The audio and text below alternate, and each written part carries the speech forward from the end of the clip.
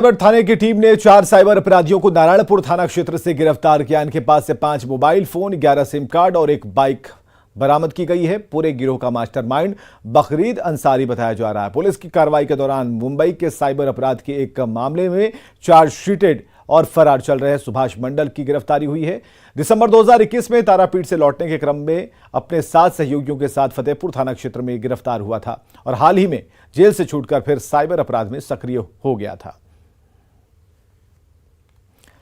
और वहीं जामताड़ा से हावड़ा की साइबर पुलिस ने शातिर साइबर क्रिमिनल को गिरफ्तार किया है। आरोपी राजू मंडल कर्माटांड के झिलुआ गांव का रहने वाला है। उस पर बैंक कर्मचारी बताकर हावड़ा से सुवीर सामंत के खाते से 3.5 लाख रुपए निकालने का आरोप है।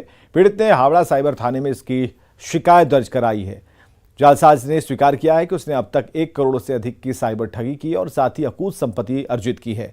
अब जामताड़ा पुलिस उसकी संपत्ति की पड़ताल में जुट गई है। हजारीबाग से अगली खबर, जहां चरही थाना क्षेत्र में सीसीएल के कोयले की बड़ी पैमाने पर चोरी की जा रही है। चरही रेलवे साइटिंग से कोयले की चोरी कर उसे इंदिरा में बने अवैध डिपो में जमा किया जाता है। वहां से देर रात में ट्रक के माध्यम से बिहार और यूपी के मंडियों समेत स्थानीय फैक्ट्रियों में भेजा जा रहा है। यहां तस्करी के लिए रेलवे साइडिंग से पहले कोयला सिर पर लादकर जंगल में जमा किया जाता और फिर वहां से मोटरसाइकिल और साइकिल से इंदिरा में बने अवैध डिपो में लाया जाता है। इसके लिए प्रति ट्रिप 200 रुपए धंधेबाजों को दिया जाता है। वहीं तस्करी को रोकने में सीसीएल सुरक्षाकर्मी और पुलिस के जवान फेल दिख रहे हैं। सीसीएल के तापिन परियोजना से भी कोयले की तस्करी पर रोक नहीं लग पा रही।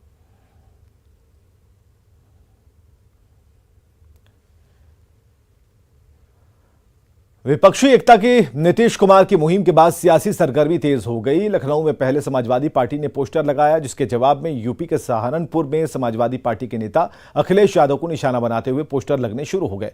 पोस्टर में लिखा है कि पहले राहुल भैया फिर माया बुआ, राजभर और चाचा को मूर्ख बनाया, जो अपने खून का सगा ना हुआ उसे बिहार आया है। दरअसल समाजवादी पार्टी की तरफ से पोस्टर लगाया गया था, जिसमें लिखा था कि यूपी प्लस बिहार गई मोदी सरकार।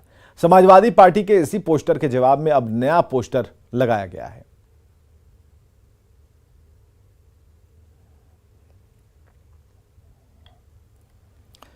बिहार के राज्यपाल फागू चौहान ने मोदी एट 20 पुस्तक का विमोचन किया। इस दौरान बिहार बीजेपी अध्यक्ष डॉक्टर संजय जायसवाल समेत कई नेता मौजूद रहे। इस किताब में पीएम नरेंद्र मोदी के 20 साल के सामाजिक और राजनीतिक जीवन पर देश के प्रबुद्ध लोगों के लेख शामिल हैं।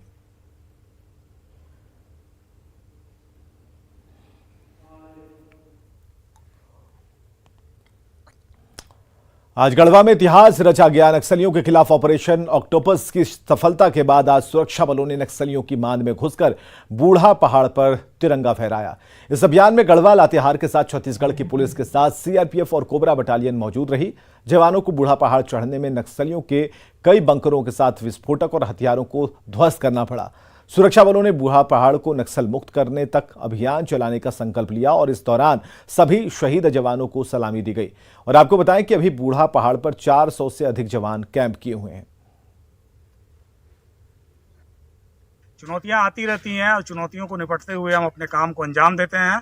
और जो छोटी मोटी चीज़ें आती रहती है वो कलेक्टिव एफर्ट्स के द्वारा उसको हम लोग दूर भी करते जाते हैं। नेचुरली है, जंगल है, आपको बताया भी है कि अगर इसको एपी सेंटर मान लिया जाए, इसके सरकमफेरेंस में 40-50 किलोमीटर से कोई भी ढंग का अप्रोच रूट नहीं है, सबसे बड़ी बात है। इलेक्ट्रिसिटी नहीं है, दूसरी सबसे बड़ी चुनौती है। बाकी चीज़ें भी हैं, लेकिन वो चीज़ें अब चूँकि हम लोग आ गए हैं और हमें भरोसा है कि वो सारी चीज़ें हमारे आने के साथ साथ अब आती चली जाएंगी। और खबरें लगातार जारी हैं।